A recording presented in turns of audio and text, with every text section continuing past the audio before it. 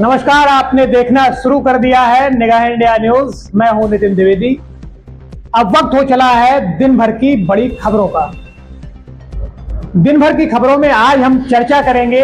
PM Narendra Modi आज रात देश को संबोधित करेंगे। वहीं हम आज खबरों में चर्चा करेंगे ऑपरेशन सिंदूर पर देश के टॉप मिलिट्री अधिकारियों ने की दूसरी प्रेस कॉन्फ्रेंस और अहम खुलासे इस पर किए हैं। तो वहीं भारत ने मार गिराया था पाकिस्तान का मिराज फाइटर जेट और भारतीय सेना ने इसकी पुष्टि कर दी है।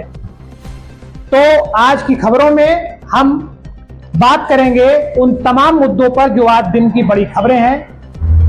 अब शुरुआत करते हैं खबर दिन भर की और अब विस्तार से खबरों के बारे में चर्चा करते हैं। पहली खबर पीएम मोदी को लेकर के है, जिसमें देश को संबोधित करेंगे देश के प्रधानमंत्री नरेंद्र मोदी। ऑपरेशन सिंदूर पर कर सकते हैं बातचीत। भारत और पाकिस्तान के बीच लगातार बढ़ते तनाव के बीच अब एक बड़ी पहल हुई है। दोनों देशों ने आपसी सहमति से जमीन, हवा और समुद्र के रास्ते किसी भी तरह की फायरिंग या सैन्य कार्रवाई रोकने का फैसला किया है। यह एक अहम फैसला माना जा रहा है, जिससे दोनों देशों के बीच टकराव कम हो सकता है। इसी के साथ रात 8 बजे के बाद प्रधानमंत्री नरेंद्र मोदी देश को संबोधित करेंगे। माना जा रहा है कि यह बयान ऑपरेशन सिंदूर के बाद नई दिशा और हालात पर होगा। वहीं ऑपरेशन सिंदूर पर देश के टॉप मिलिट्री अधिकारियों ने दूसरी प्रेस कॉन्फ्रेंस की है और अहम खुलासे किए हैं।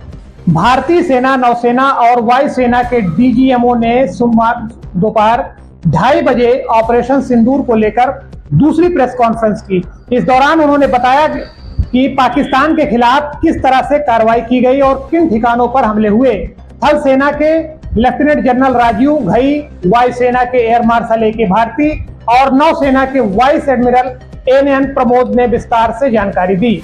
उन्होंने कहा कि ऑपरेशन पूरी प्लानिंग के तहत किया गया और इसका मकसद आतंक को जड़ से खत्म करना था।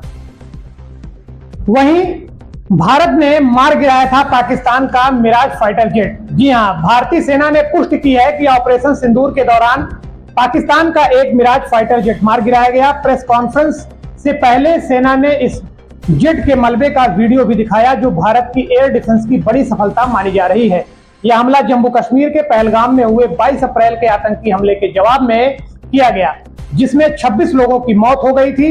भारत की कार्रवाई ने साफ कर दिया कि अब आतंकी साजिशों का करारा जवाब दिया जाएगा। तो वहीं पाक एजेंसियों की नई साजिश, भारतीय नंबर से जासूस करने की कोशिश की गई है। भारत की खुफिया एजेंसियों ने बड़ा खुलासा किया। जानकारी के मुताबिक पाकिस्तान की एजेंसी अब तकनीक जाल बिछाकर भारत की राजनीति चुराने की कोशिश कर रही है। इसके लिए +91 73 40 92 1702 नंबर से खुद को भारतीय रक्षा अधिकारी बताकर पत्रकारों और नागरिकों से संपर्क कर रही है। यह एक फर्जीवाड़ा है, जिसके जरिए वे संवेदनशील जानकारियां हासिल करना चाहते हैं। लोगों से अपील की गई है कि ऐसे किसी कॉल या मैसेज से सतर्क रहें और तुरंत रिपोर्ट करें। भारत पाकिस्तान तनाव कम होते ही फिर खुले 32 हवाई अड्डे। बंद किए गए 32 हवाई अड्डों को फिर से खोलने का फैसला किया गया है। 9 से 15 मई तक उत्तर और पश्चिम भारत के कई एयरपोर्ट और सिविल फ्लाइट्स बंद थी। अब हालात सामान्य होते देख नागरिक उड़ानें फिर से शुरू की जाएंगी। सरकारी सूत्रों के मुताबिक जल्द ही इसकी आधिकारिक घोषणा हो सकती है। यात्रियों के लिए यह राहत की खबर है, खास तौर पर उन लोगों के लिए जिनकी फ्लाइट कैंसिल हो गई थी।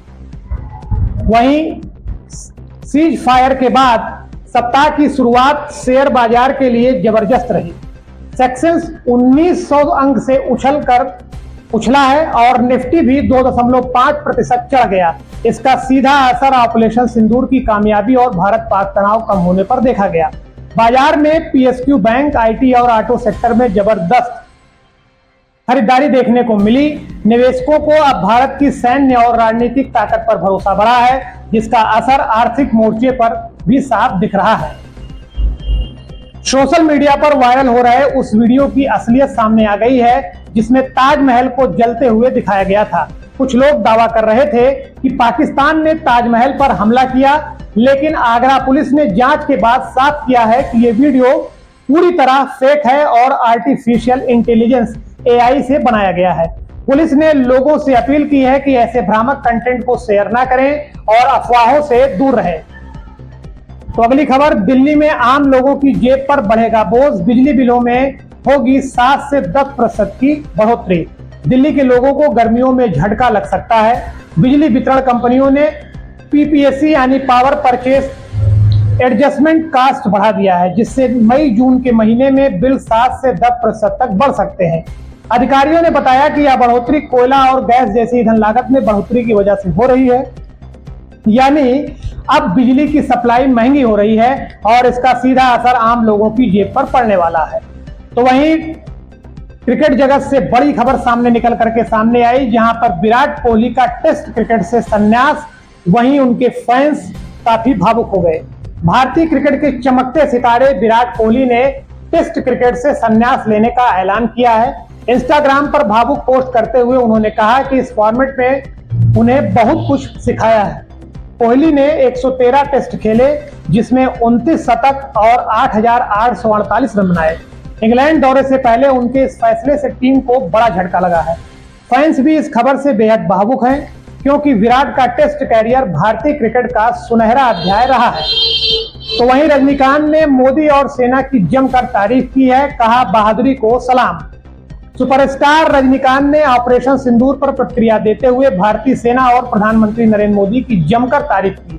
चेन्नई एयरपोर्ट पर मीडिया से बात करते हुए उन्होंने कहा कि पाकिस्तान में आतंकियों के ठिकानों पर हमला कर भारत ने एक साहसिक काम किया है। उन्होंने गृह मंत्री अमित शाह, रक्षा मंत्री राजनाथ सिंह और तीनों सेनाओं की बहादुरी की सराहना करते हुए कहा कि इस बार भारत ने सही वक्त पर सही जवाब दिया है।